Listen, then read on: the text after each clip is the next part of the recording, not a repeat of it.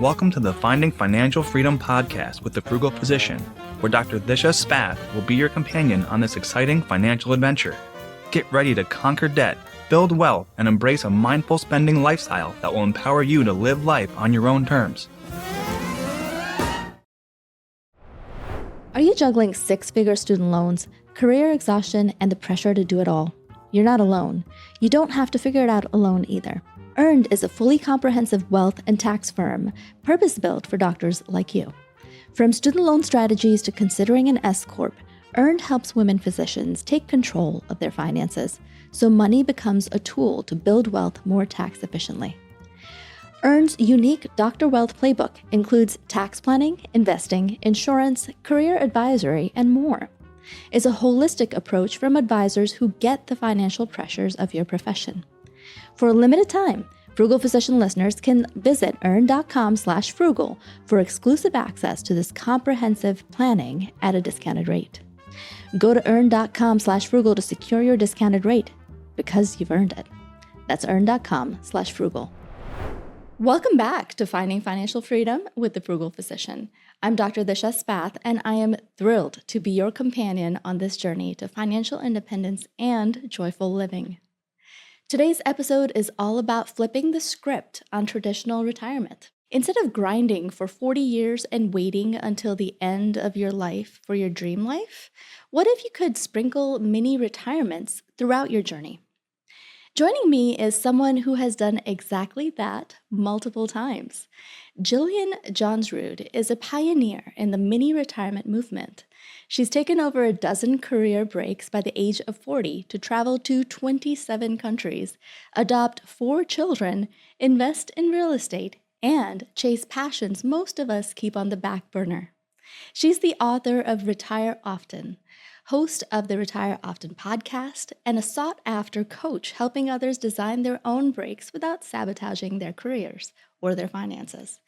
Today, we'll explore how you can take intentional time off without blowing up your budget, why mini retirements may actually help your career, and how to make the most of those seasons that just won't wait. Jillian, welcome to the show. Thank you so much for having me. Thank you so much for coming. I am so excited to talk to you. It just seems so luxurious to just be like, I'm just going to take a month off. And I, just thinking about this whole concept and recording with you today has been inspiring me to finally do the things I want to do. I can't wait to hear about how you make it happen practically. But first, can you tell us a little bit more about yourself and your family? Yeah. So I kind of started on this path to financial independence when I was 19. But my spouse at the time and I had like $55,000 of debt, and we weren't going into high earning careers. So I really didn't think we'd be able to retire early. But I had lots of dreams, lots of goals, lots of things I wanted to pursue. So this idea of like taking small sabbaticals or mini retirements seemed like the way to do the things that I really wanted to do and not push those off until I was 60 or 65, but still make progress on our finances. How radical at 19, first of all, you decided you wanted to be financially independent. How did you even get exposed to the idea? That's such a wild idea to me to be that confident at 19. So I wouldn't say, I definitely wasn't thinking like early retirement at that point, partly because I just didn't have like that hope or that confidence. But someone had said, hey, my spouse and I were about to get married. They're like, hey, you've been living on one income. What if when you get married, you just saved one income and just live on half? Like that would give you some more options, like more choices down the road. And it really resonated with me. Growing up, we didn't have a lot of extra money. And there was a spot when I was maybe 12. My mom was in a really unhealthy marriage, and I went to her and I was like, hey, we can't stay here. Like, this isn't good. I don't care where we go. I don't care what we do, but like, this isn't working. And she's a very practical woman. And she was like, Jillian, I can't afford to raise 3 kids on my own. Like, it's not an option. And I just went upstairs and I cried like hot tears into my bed. But I also remember thinking, oh, money gives you options. Oh, money gives you choices. And in that moment, I deeply, deeply desired having more choices and more options. So the idea of like creating more financial freedom, it felt like it was just like it got infused into my DNA. Yes, yes. I feel what you said there. I'm so sorry that you guys were in a situation like that where you felt like you had to be, family when for practical reasons rather than, Mhm. love. I feel that. I feel that a lot. And, and I think those kind of experiences make children grow up quickly and realize the importance of money. And, it's not a bad thing. It's not a bad thing. You had a head start on realizing the importance of having options, the importance of having a cushion. And it sounds like you have made the most of it. So congratulations on that, turning life's lemons into lemonade. And so once you became 19 and you decided, like, hey, what if we just saved one of the incomes that we have and lived on the other? Then what did you do? What happened? Yeah, it was kind of that, I think at a lot of people's, beginning of their financial journey, like starting to pay off debt, starting to invest, starting to build an emergency fund. And then that first mini retirement was probably 4 or 5 years in. So had paid off like credit card debt, had worked through student loans, had the emergency fund, and was able to take kind of that first month-long trip. And what drove you to even think about mini retirements? Like, why did you want to do that? I think I always had kind of this mindset of like, but what if we could? Like, what if it was possible? I've never been a person that had like untethered confidence. I wasn't like, no matter the obstacle, we can figure it out, but more that maybe, like, what if it was possible? Like, what if we could figure out a plan? What if we could make it work? What if there's more out there and more available than I'm seeing at this moment? Like creating that space for hope and that space for possibility. And I think for anyone on the mini retirement kind of path, like it's totally okay if you're like, oh, there's so many reasons this won't work for me. And I've got all these logistics and there's all these challenges. And like in my profession, this doesn't work. And I've got credentialing to think about. But like, what if you just created a little bit of space of, but maybe there's solutions to these challenges, but maybe an opportunity will present itself. Like if I walk along this path, if I take a couple of steps in that direction, maybe it will be possible. Just allow room for the Yeah. option, right? For the Yeah. possibility in your mind. Yeah. A lot of the times we jail ourselves into these preconceived Yes. notions, and it's coming from other people, from Mhm. expectations then that we impose upon ourselves, Mhm. um, sometimes for no reason. So, Yeah. where were you located at this time? Had you traveled before when you decided to take your first mini retirement? So I grew up in Montana, which is where I live now. At that time, my spouse and I were stationed in Washington, D.C.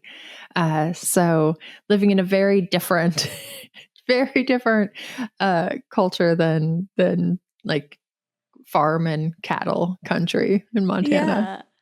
So you said station. So was one of you in the armed services? Yep, he joined the military after college. And so that was part of the how do we pay off the student loan debt was through, yeah, joining the military and they repaid that over, I think, 3 years.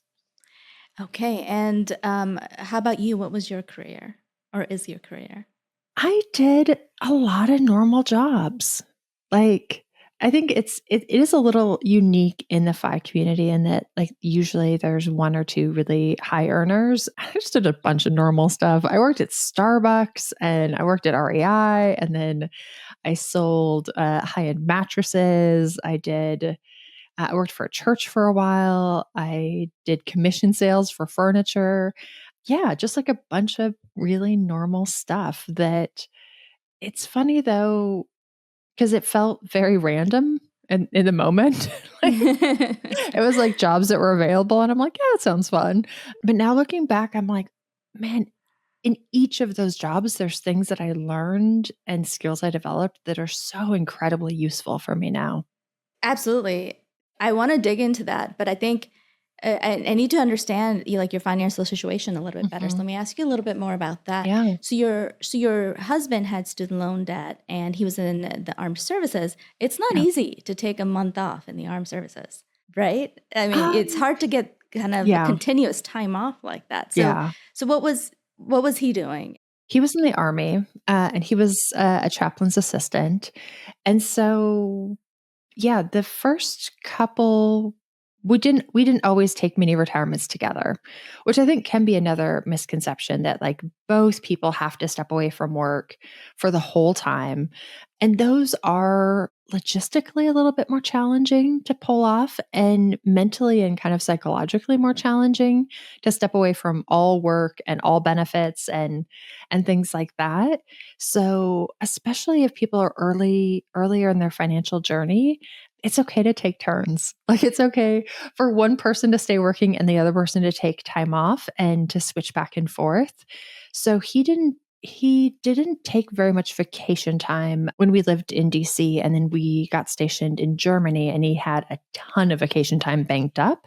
Okay. So we were able to use that to travel more and yeah, and just explore different things. And then when he finished after 9 years, then he started taking more consistent breaks. But I kind of took them all throughout, especially working kind of normal jobs. It was easy. Well, maybe not easy, but pretty feasible to take breaks in between jobs to kind of have those natural breaks. Yeah. Okay. So then tell me about your first mini retirement. What did you do? Yeah, the first one was my best friend and I, we did a month-long road trip, Washington, DC to Seattle and back. So completely across country and back. And I was probably 23, 24 maybe.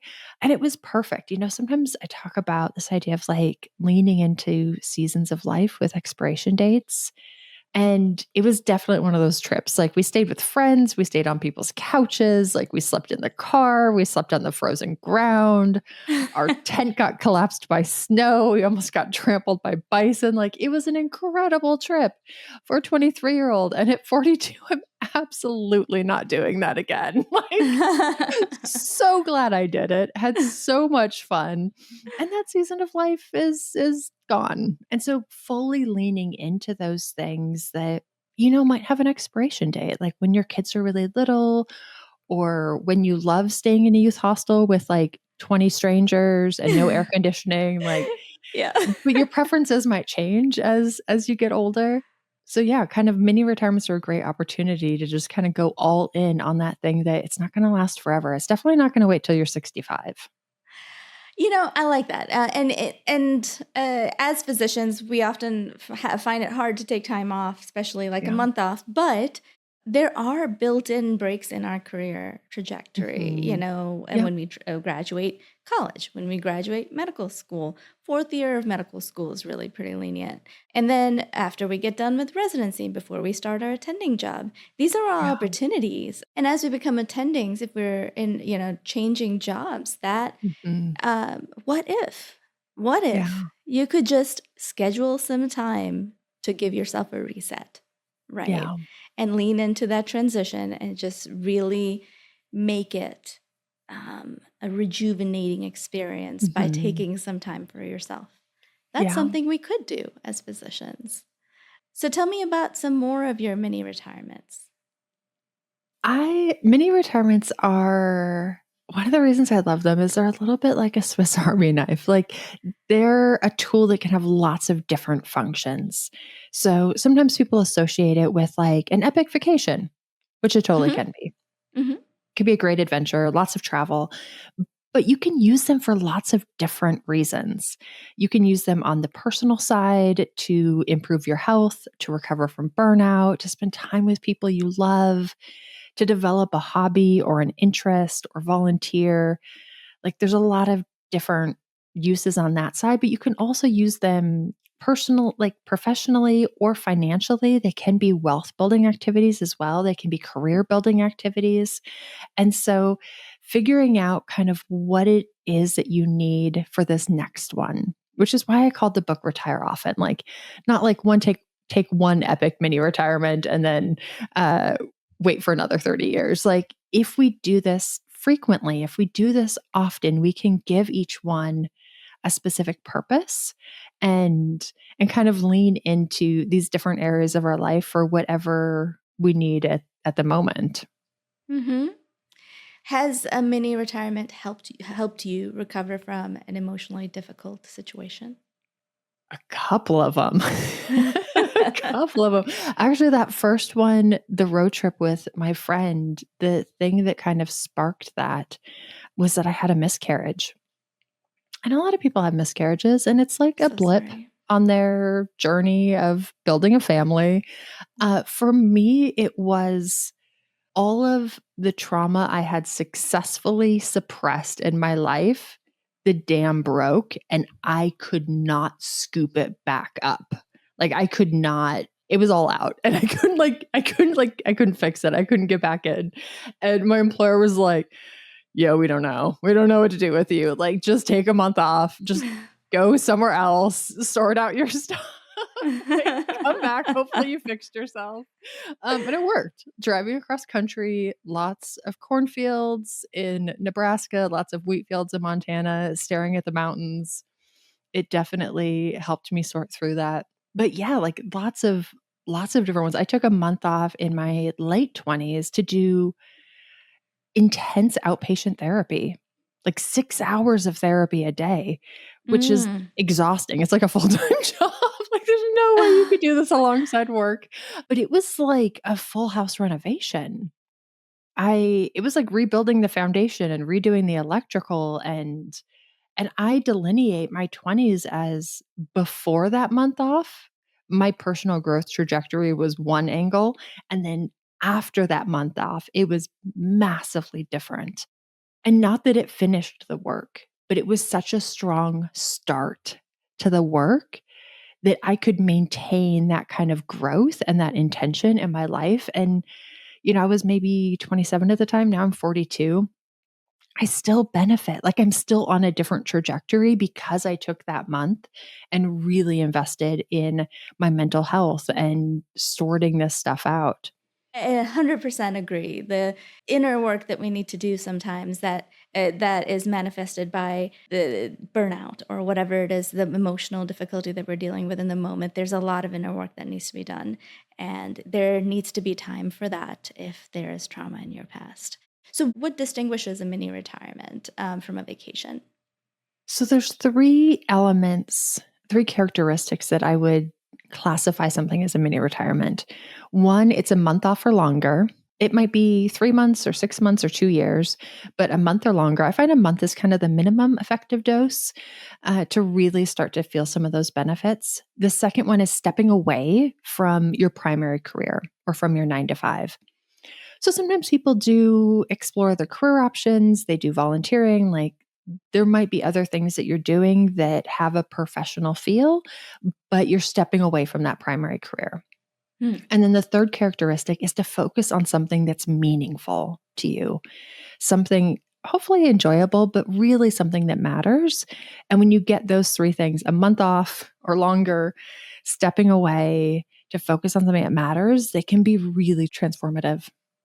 Can you talk about the different phases of a mini retirement? Yeah, I really encourage people to think about having very clear intentions for this time off and to limiting that. I mean, if you can one, but like nobody can pick one thing because we all want everything. So, like at most, picking 3 intentions, because one of the ways that a mini retirement can very quickly go off the rails is that people have like 87 things they want to do. They have 80 different goals. And then they're disappointed and frustrated because they're not making much progress on any of them. And they feel very untethered and very scattered because they're trying to move 87 things forward. And it can be a really frustrating experience. So picking maybe 1, 2, 3 things and then creating different phases of your mini retirement to where you lean in primarily to that intention. Because sometimes doing all three at once makes none of them happen.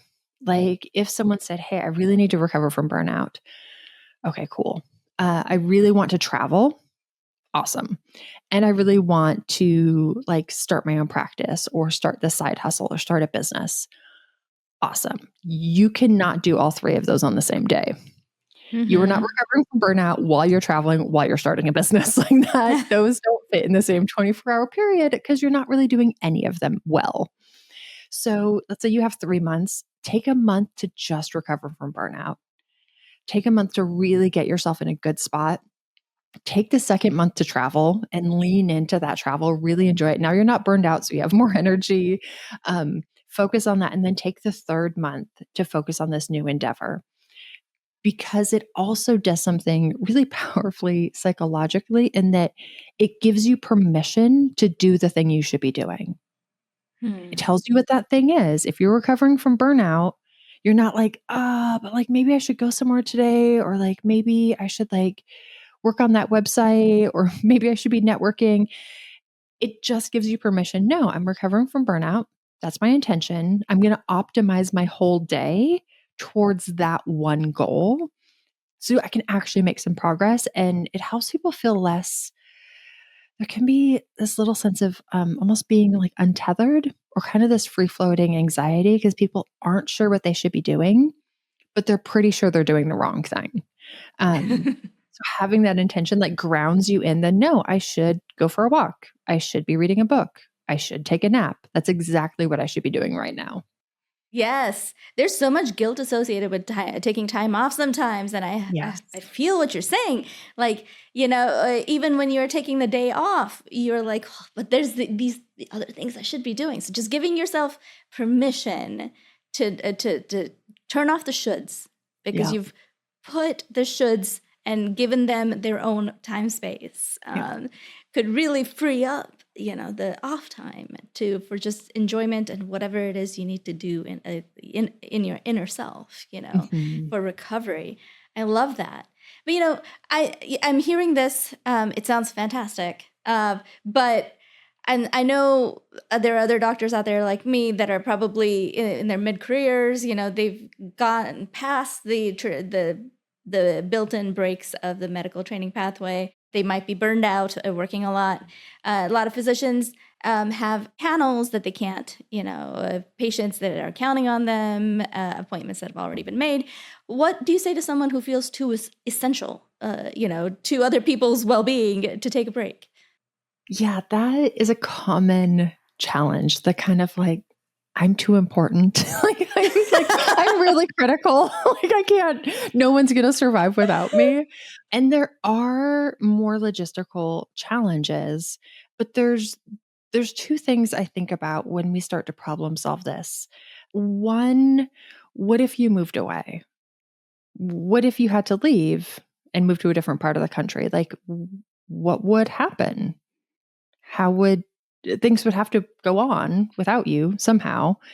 What are the mechanics of how they would figure that out? And then the other one to kind of just open up that creativity. What if you got hit by a car and you're in the hospital? They're going to have to do something.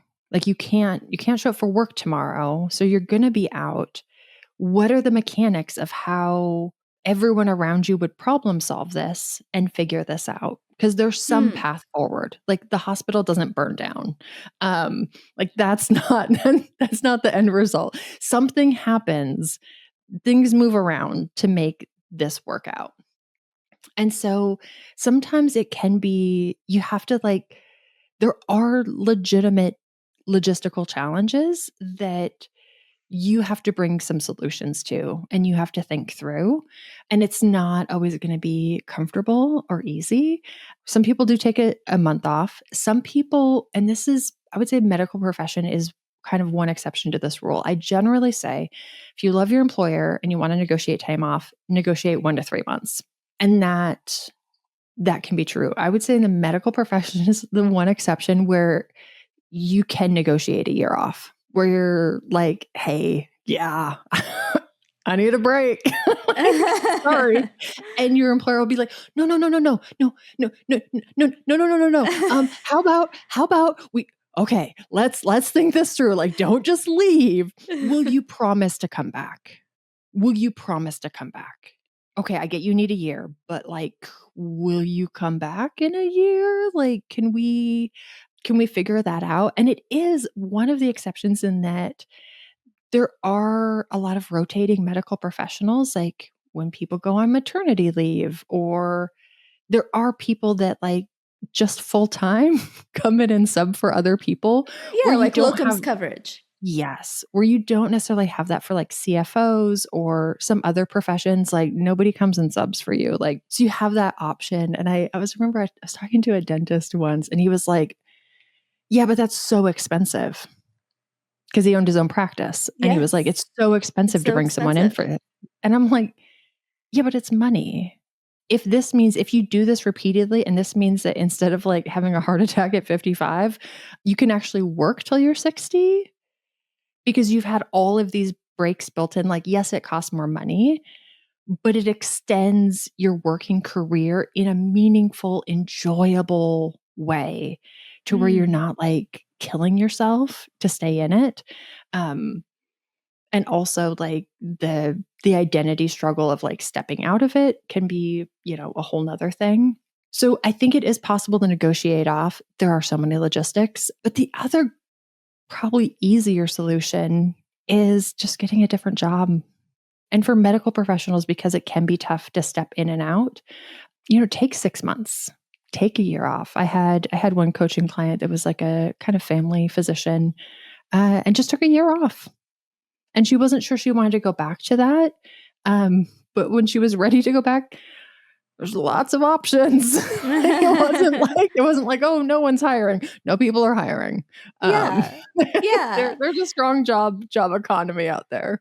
Right. And I think that's, especially medical professionals sometimes have to explain themselves if they take more than 3 months away from their career Mhm. when they apply for a new job. But most employers understand that, like if yes, you might have to write a paragraph of explanation, be like, I was doing, I took a mini retirement to Yeah. consider, life and what I want to do with it, and came back re-energized.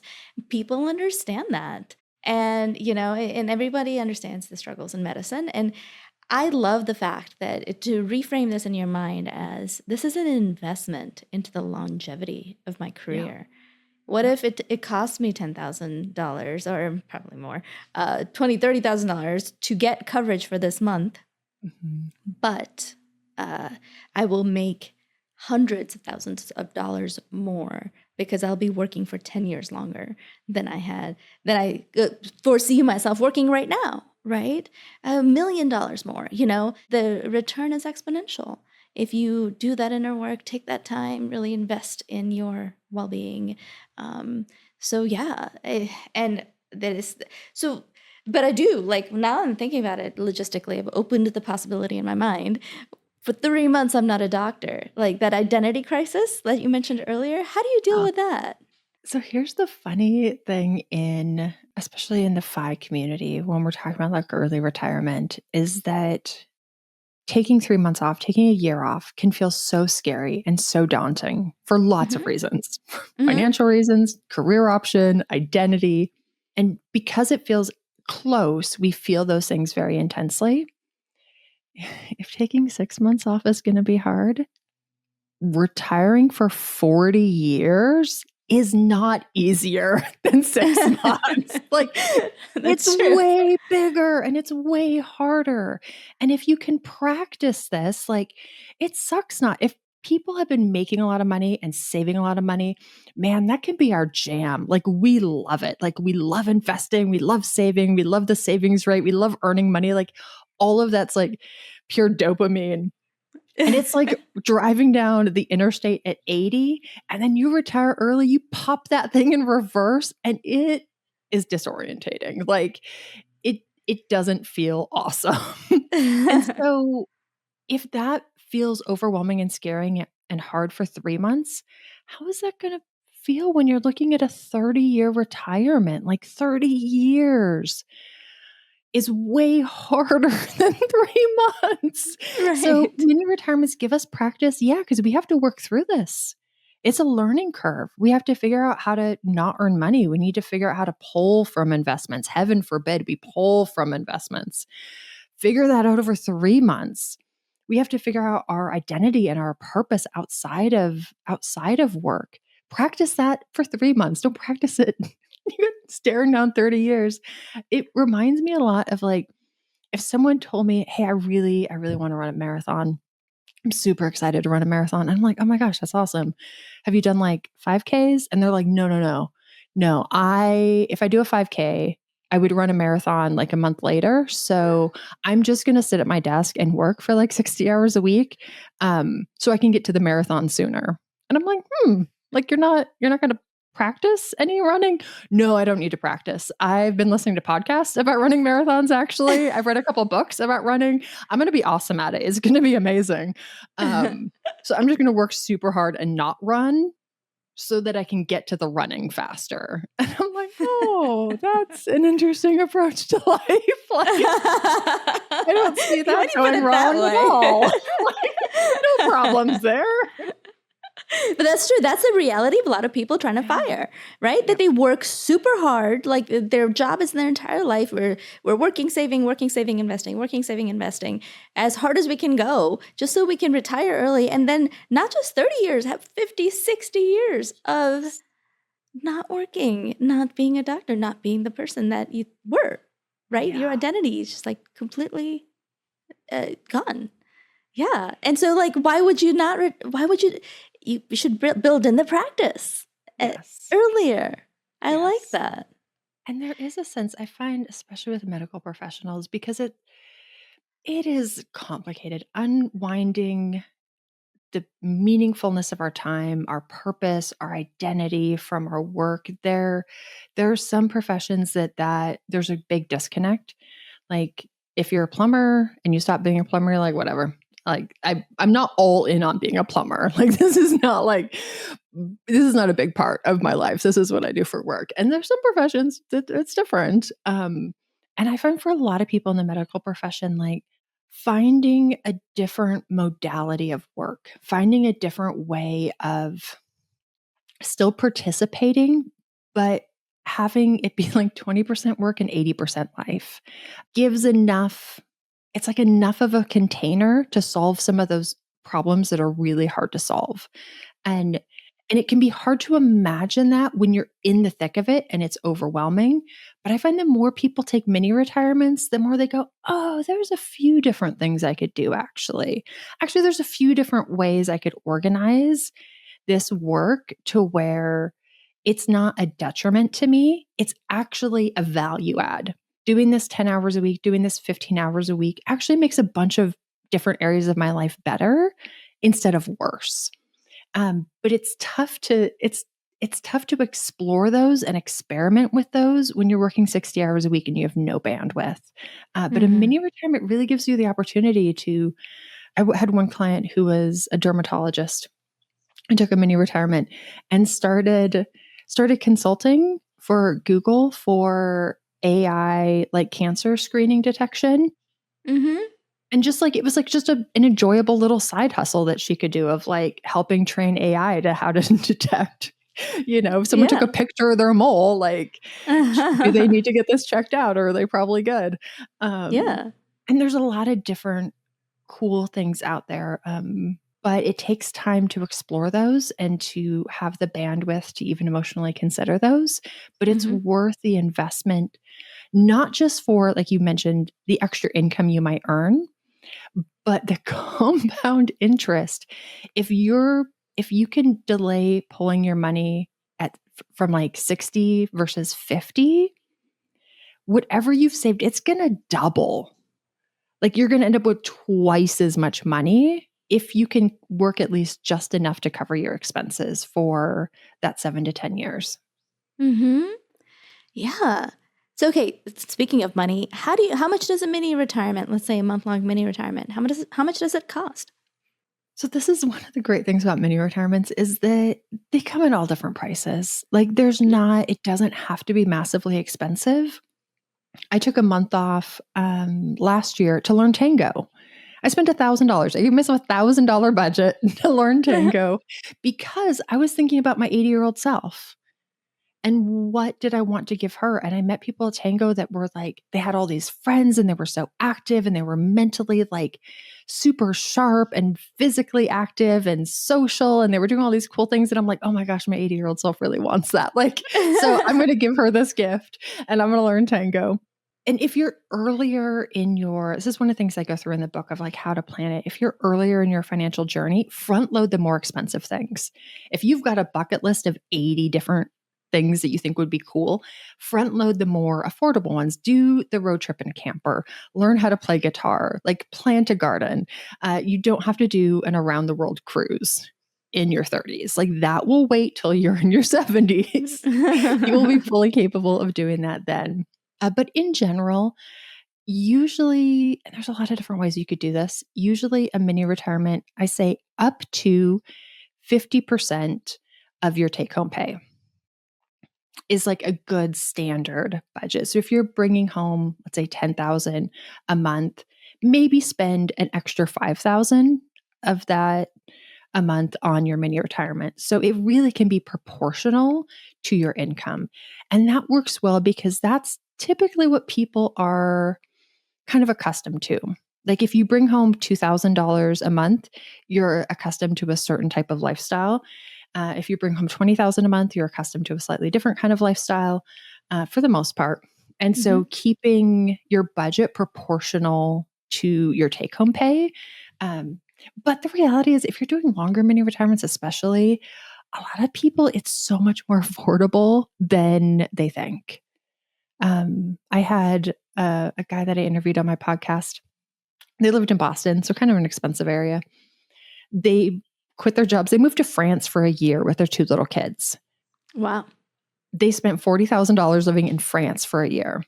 Really? $40,000. Their childcare costs at home for their 2 kids, $40,000 a year. $40,000 probably, yeah. They just swapped childcare for a year off in France. Wow. So there's a lot of ways if you're like, I don't want this to cost a ton of money. Some people rent out their house if you're going to be traveling, rent out your house while you're gone. That takes a huge amount of your costs down. Some people do like trusted house sitters and they like house it for people. So they're making a bunch of money off renting their house and they're not paying for accommodations. Like if you're kind of earlier in your financial journey, like there's lots of ways to make this affordable. That's mind-blowing. Yeah, I'm going to have to let that sit for a second. All right. Talk about the 6.5% rule. What's that? And how does it fund a lifetime of breaks? So this is a question people get, like, exactly how much do I need to save? So I ran this hypothetical situation of what if you took a month off every other year? So you do have 20, 40, mini retirements that you could do throughout your lifetime. How much do you have to save for this? And if you 100% have to cover your take-home pay, which there again, this is kind of like worst case scenario because especially in the FI community, our take-home pay isn't really what we're spending. You might take home 10, but you're spending 6 and you're saving 4. So you really only have to cover 6. But let's say you have to cover 100% of your take-home pay. And let's say you spend that extra 50% and you don't do any of the cost saving things. You don't do any of the budget things. Like this is very much a worst case scenario. That comes to 6.5%. Saving an additional 6.5% would give you a month off every other year to completely replace your pay and that extra 50%. So it's not, and there again, it's proportional. So if you're not making a lot of money yet, and you don't have to save a lot of money, or if you're making a lot of money, but you're not spending a lot of money, you don't have to save very much. I love how you ran the numbers, and I love that you've got like actual, goals that we can shoot for money-wise, being, super goal-oriented savers here on the Frugal Physician. I love that. And I can't wait to check out your book and get further insight into this and like really start thinking in this mini retirement fashion. I love how you opened our mind to this possibility. And I really hope that a lot of my listeners, take that away and just let it be, let it, marinate in your mind, and then maybe open that door in your mind as well, as to think about how can we make this happen if we want to. Jillian, let's take some time for a rapid fire segment at the end of our episode here. Just want to get to know you a little bit better. Don't worry about what your answer is. No judgment. Just say the first thing that comes to mind. Ready? Mm-hmm. Okay. Dream travel destination for your next mini retirement. For the next one, so I'll probably have finished promoting the book, and I'll probably need to like really chill out. And I might pick Costa Rica or Croatia. I really loved Croatia. It has a very nice chill vibe. So yeah, if I was feeling energetic, I would go to Argentina to do tango. I love that. It felt like a challenge. Yeah. And I see Croatia pop up a lot in my Instagram feed recently. When people are going to Eastern Europe, and it's like much cheaper than other travel destinations, and beautiful, it seems. I love that. One book that changed your financial life. It was probably, I think it was Smart Couples Finish Rich by David Bach. A long, long, long time ago. When I was about 20, I started reading nonfiction and going to the library, and I read a book a week for like the last 20 years.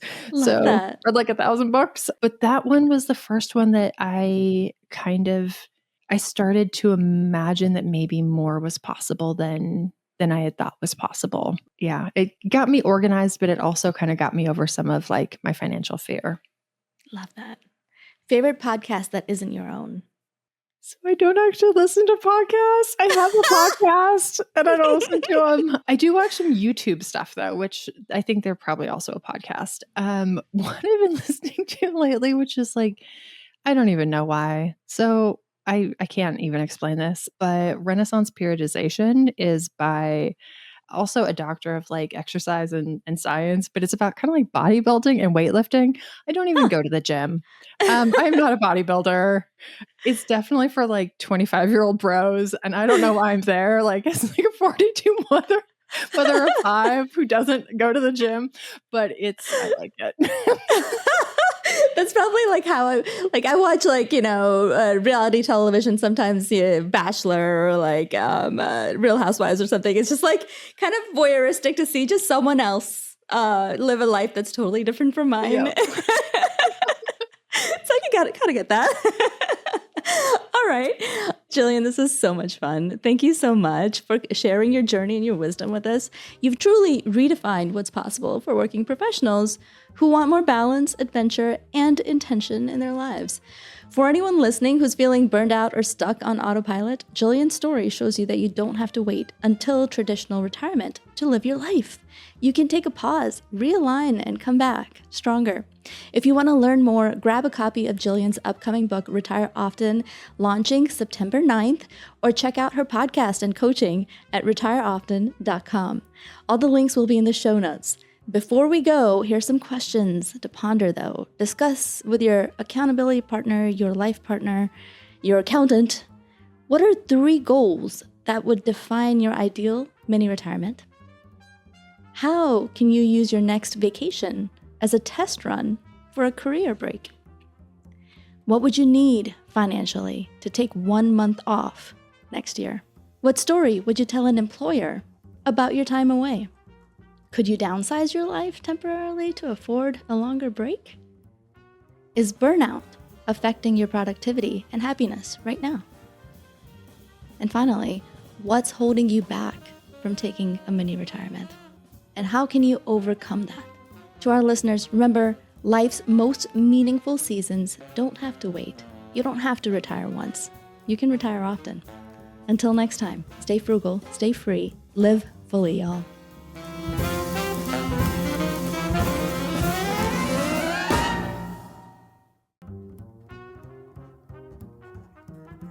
The content shared on this podcast should not be taken as individualized financial advice.